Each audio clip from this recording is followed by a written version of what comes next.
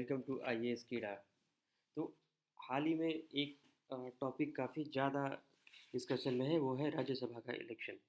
तो अभी हिमाचल प्रदेश में क्या हुआ है और यूपी में भी ये हुआ है कि कुछ एमएलएज ने क्रॉस वोटिंग किया है। मतलब कुछ एमएलए को अपने पार्टी के लिए वोट करना था, लेकिन उन्होंने दूसरे पार्टी के कैंडिडेट के लिए को वोट किए हैं।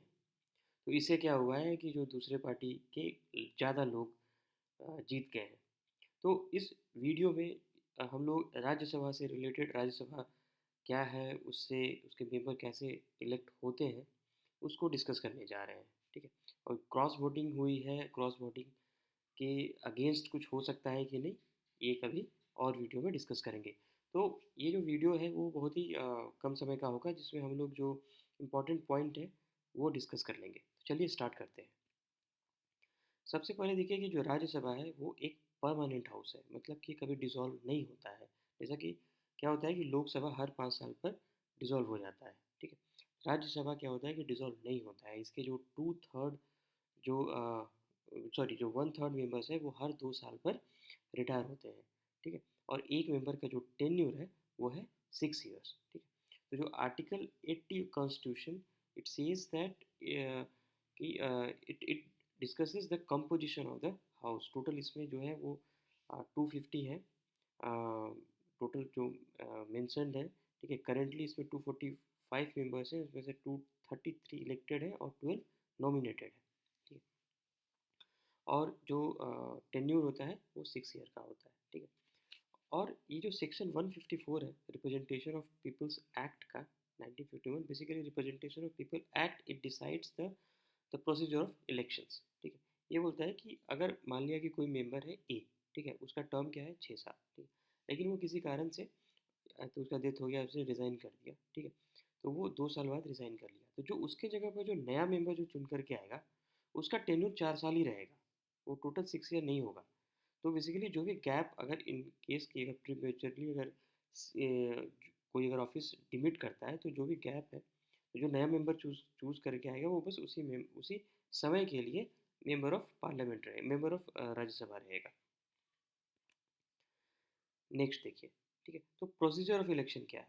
तो इसमें क्या होता है कि इसका जो इलेक्शन होता है वो इनडायरेक्ट इलेक्शन होता है। बेसिकली एमएलए जो है वो भी वोट करते हैं, और सिर्फ लेजिस्लेटिव असेंबली के मेंबर्स वोट करते हैं। लेजिस्लेटिव काउंसिल के मेंबर्स राज्यसभा के इलेक्शन में वोट नहीं करते हैं। ठीक है।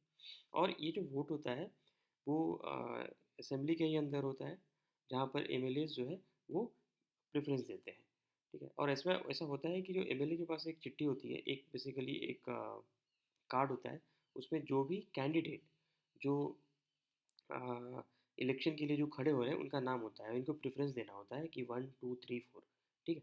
और ये जो प्रोसेस फॉलो होता है that would be according to the proportional representation with single transferable vote, ये सिस्टम फॉलो होता है। ठीक है। और जो total number of required vote है किसी कैंडिडेट को जीतने के लिए, वो क्या है, total number of votes divided by number of Rajya Sabha seats from that state +1। ठीक है।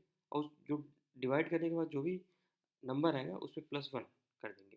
तो जो भी ये नंबर आएगा, अगर किसी भी कैंडिडेट को उतने वोट मिल जाते हैं, ठीक है, तो वो जीत जाएगा। आगे चलते हैं। ठीक है। अब कुछ हम लोग इंटरेस्टिंग चीज़ें देखते हैं जो कि सिर्फ और सिर्फ राज्यसभा के इलेक्शंस में आती है। तो सिर्फ जो वोटर्स, ठीक है, जो एमएलए जो वोट करे कैंडिडेट को, सिर्फ वो वायलेट स्केच पेन ही यूज़ कर सकते हैं। ठीक है। और ये जो स्केच पेन है वो अपने से नहीं, वो जो रिटर्निंग ऑफिसर होता है वो उन्हें देता है। ठीक है। और 2016 में क्या हुआ था कि एक आर के आनंद थे, एक ये जो कैंडिडेट थे वो कांग्रेस के थे। और वो हरियाणा हरियाणा इलेक्शंस में जो जब राज्यसभा का इलेक्शन हो रहा था हरियाणा में, तो वो हार गए थे। क्यों? क्योंकि जो जो मेंबर्स थे उन्होंने वायलेट स्केच पेन का यूज़ नहीं किया था। ठीक है। उन्होंने किसी और कलर का स्केच पेन यूज़ कर लिया था। ठीक है।